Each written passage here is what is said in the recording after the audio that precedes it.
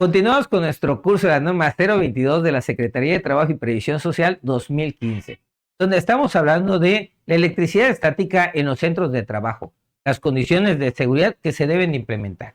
En este bloque número 3, donde hablamos de los sistemas de protección y de medición, continuamos en nuestra parte número 2. La medición de la resistencia a tierra de la red de puesta a tierra se deberá realizar aplicando el método de caída de tensión. Esta medición debe efectuarse tomando en consideración las condiciones más desfavorables en cuanto al grado de humedad del terreno en el que se ha instalado la red de puesta a tierra. Como ejemplo, la realización de una prueba hidrostática en un cilindro de gas comprimido para verificar su integridad estructural. Para realizar la medición de la resistencia a tierra de la red de puesta a tierra, se deberá de contar con instrumentos siguientes. Equipo de medición de resistencia de tierra con las características siguientes. Intervalo de frecuencia de 90 Hz a 200 Hz o mayores. Deben de tener una capacidad de proveer corriente con valores de al menos 0.1 mA.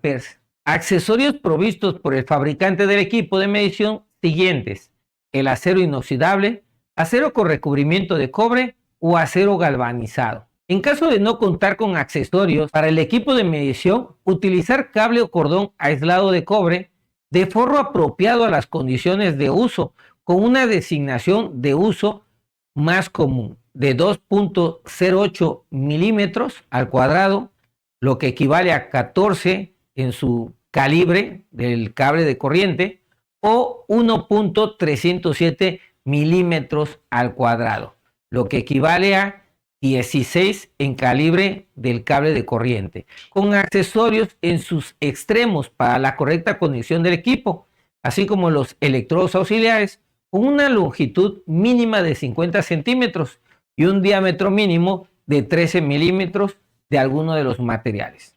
Para realizar la medición de la resistencia a tierra de la red de puesta a tierra, se deberá de contar con los instrumentos siguientes: un ómetro o medidor de resistencia a tierra para comprobar la continuidad de las conexiones a tierra con una resolución de al menos 1 ohm. De igual manera, debemos de contar con un voltímetro con una resolución de al menos 1 volt. Además, contar con un fluxómetro o un instrumento similar de medición de la longitud. En la medición de la resistencia de tierra a la red de puesta a tierra, debemos de tomar en cuenta los siguientes puntos. El ómetro medidor de resistencia a tierra y el voltímetro deberán de contar con certificado de calibración vigentes en los términos de lo determinado por la Ley Federal sobre Metrología y Normalización.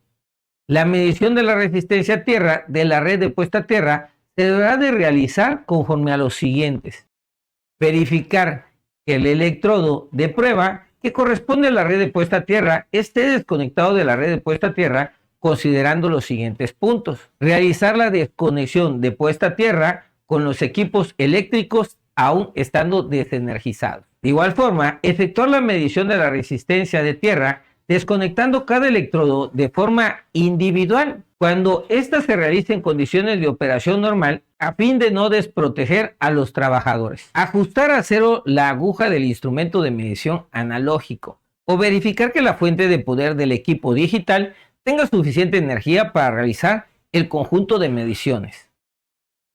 De igual manera, aplicar el método de caída de tensión de la manera siguiente. En la figura 1 se muestra la colocación de los electrodos de la red de puesta a tierra y auxiliares. Este diagrama nos sirve para seguir el paso a paso y cómo debe de quedar. De igual manera, debemos de registrar los valores obtenidos de las mediciones, elaborar una gráfica con base en los valores registrados, obtener el valor de la resistencia a tierra de la red de puesta a tierra de la intersección del eje de resistencia con la parte paralela de la curva del eje, de acuerdo a la distancia que se está tomando de referencia.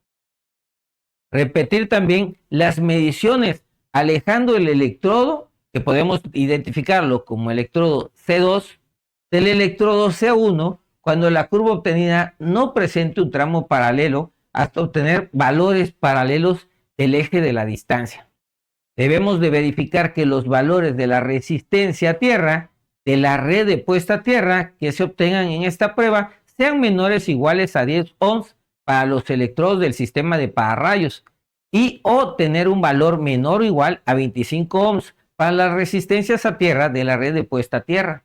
El resultado de las mediciones. En la medición de resistencias a tierra de la red de puesta a tierra, el resultado de estas mediciones tendrá que registrarse y dicho registro deberá de contener como un mínimo los siguientes puntos o la siguiente información. Los datos del centro de trabajo, así como también los datos de los instrumentos de medición, los valores que nos arrojan estas mediciones, el croquis en el que se muestran los puntos de medición del sistema de puesta a tierra y en su caso del electrodo o sistema de pararrayos. Contemplar las características del sistema de pararrayos utilizados y con esto concluimos nuestra parte número 2 de nuestro bloque número 3. Continuamos con nuestro curso de la norma 022. Nos vemos en los siguientes videos.